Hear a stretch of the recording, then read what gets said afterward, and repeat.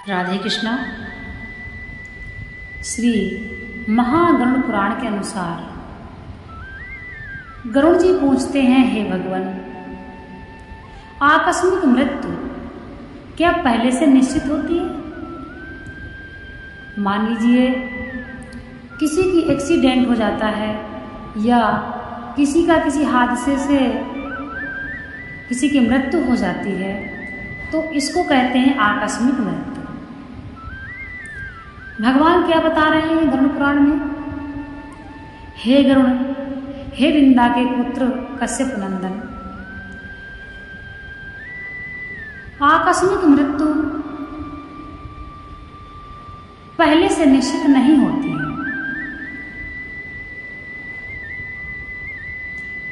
आकस्मिक मृत्यु, अकाल मृत्यु और स्वाभाविक मृत्यु, मृत्यु 3 प्रकार की होती है।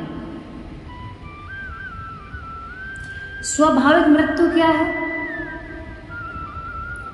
मान लीजिए किसी का जीवन 60 साल ही है, तो वह 60 साल में यदि उसकी मृत्यु हो जाती है तो वह 40 दिन के अंदर ही उसको दूसरा जन्म मिल जाता है। अकाल मृत्यु क्या है? अकाल मृत्यु का सबसे श्रेष्ठ उदाहरण है आत्महत्या। जैसे कोई व्यक्ति कुएं में कूद जाता है, आग लगा लेता है, स्वयं से फांसी लगा लेता है, या किसी व्यक्ति जहर अपने हाथों से खा के अपनी आत्महत्या कर लेता है, ऐसी मृत्यु को आत्महत्या का दर्जा दिया गया है। इसे कहते हैं अकाल मृत्यु। अकाल मृत्यु मरने वाला व्यक्ति कभी भी मोक्ष नहीं पाता है। वह कालांतर तक पृथ्वी पर उसकी आत्मा भटकती रहती है। इसी तरह आकस्मिक मृत्यु में भगवान क्या कहते हैं? मान लीजिए किसी का जीवन 80 वर्ष का है तथा 60 वर्ष की आयु में उसका एक्सीडेंट हो गया, किसी हादसे से उसकी मृत्यु हो गई, तो उस व्यक्ति को आत्मा के रूप में 20 साल तक भटकना पड़ेगा। इसके पश्चात उसको नया जीवन मिलता है। कहने का तात्पर्य 20 वर्ष तक वह आत्मा पृथ्वी लोक पर ही भटकेगी तथा 20 वर्ष के बाद यम के दूत आके जीवात्मा को ले जाते हैं और यमलोक का मार्ग की यात्रा करवाते हैं। तो आकस्मिक मृत्यु कोई निश्चित नहीं होती है, इसीलिए इसको आकस्मिक मृत्यु कहा गया है।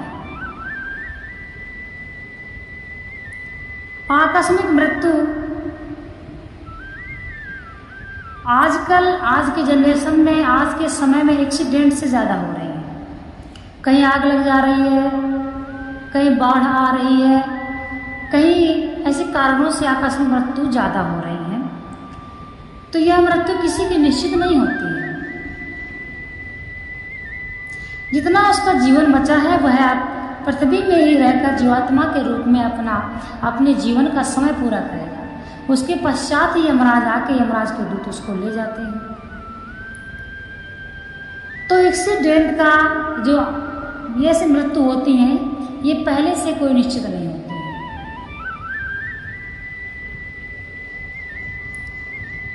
जो व्यक्ति अकाल मृत्यु मरता है उसका श्राद्ध पक्ष में कई सालों तक उसका श्राद्ध कर्म करना चाहिए, तब जाके उसको पुनर्जन्म मिलता है, दूसरा जन्म मिलता है। जो व्यक्ति अपनी समय से मरता है उस व्यक्ति को 40 दिन के अंतर्गत दूसरा जन्म मिल जाता है। परंतु अकाल मृत्यु में ऐसा नहीं है। अकाल मृत्यु में ऐसा बिल्कुल भी नहीं है। तो यह जो गरुड़ पुराण है, यह पढ़कर हम बहुत कुछ समझ सकते हैं। छोटी छोटी बातों में आजकल व्यक्ति गलत कार्य उठाते हैं, गलत कार्य करते हैं, आत्महत्या कर लेते हैं, जबकि यह कदम नहीं उठाना चाहिए। और यह जो बात है यह दिल में भी नहीं, सोचने का भी पाप है। कोई व्यक्ति जब अगर सोचता भी है ऐसा कुछ करने का, तब भी उस व्यक्ति को पाप लगता है। तो इसलिए इन सब बातों को आप समझिए। गरुड़ पुराण में बड़े ही विस्तार से भगवान समझा रहे हैं गरुड़ को, और जितनी बातें गरुड़ जी ने भगवान से पूछी हैं वह उतनी बातें हम सबको जानना भी अनिवार्य है। ये बहुत ही श्रेष्ठ बातें हैं जो हमको पता होनी चाहिए, वरना हम अपने जीवन को बिगाड़ भी सकते हैं। मार्गदर्शक है हमारे गरुड़ पुराण, हमारे गीता, श्रीमद् भागवत गीता, भागवत पुराण से महापुराण, देवी पुराण, ये सब हमारे मार्गदर्शक हैं, परलोक के सहायक हैं। अगर हम इनको पढ़कर इनका अनुसरण करते हैं और अपना जीवन इनके ही आधार पर अपना जीवन व्यतीत करते हैं, तो मान लीजिए हमें परलोक में इतना कष्ट नहीं मिलेगा, जन्म मार्ग में हमको इतना कष्ट नहीं मिलेगा। इसलिए मरणोपरांत गरुड़ पुराण कराना भी अनिवार्य होता है आत्मा की मुक्ति के लिए है गरुड़ पुराण। तो यदि जीते जी कोई व्यक्ति इसको पढ़ता है तो वह ऐसे कृत्य करता ही नहीं जिससे उसको मोक्ष न मिले, और मरने के बाद भी इसीलिए कराई जाती है उसके नाम पर, ताकि वह मरने के बाद भी सुने। कहते हैं मरने के पश्चात, मृत्यु के पश्चात आत्मा 13 दिन तक अपने उसी घर पर रहती है जिस जगह पर उसके प्राण निकलते हैं। इसीलिए 13 दिन तक सारे कर्म क्रियाएं होती हैं मृतक की। केश दान होता है, पिंडदान 10 दिन तक होता है। पिंडदान से ही मृतक का जो आत्मा है उसका शरीर 1 हाथ तक बन जाता है। 13 दिन के पश्चात यमदूत आते हैं और पुनः आत्मा को जकड़ कर ले जाते हैं और यम मार्ग की यात्रा प्रारंभ हो जाती है। 40 दिन तक यदि अच्छे कर्म हैं तो वह व्यक्ति अपना यम का मार्ग पूर्ण कर लेता है। यदि कर्म अच्छे नहीं हैं तो वह व्यक्ति भटकता रहता है, कष्ट मिलता है। बैतरणी नदी में व्यक्ति बैतरणी नदी को ही पार नहीं कर पाता है। इसीलिए कहते हैं जीते जी गौदान करना आवश्यक है। जीते जी ब्राह्मण को एक गौदान अवश्य करें।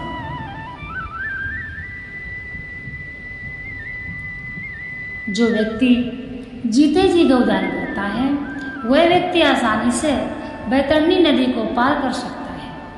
वह गाय की पूंछ पकड़कर बैतरणी नदी को पार कर लेता है।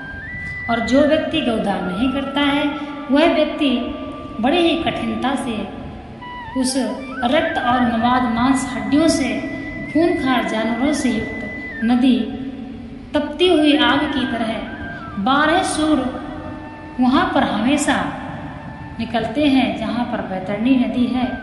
यम मार्ग में बड़ी ही भयावह नदी है, भयभीत करने वाली नदी है। दुष्ट आत्माओं को देखकर उस नदी का जल ऐसे उबलता है जैसे आग में रखा हुआ घी उबलता है। हमारे गरुड़ पुराण से हमें ये सब बातें समझने को मिलती हैं।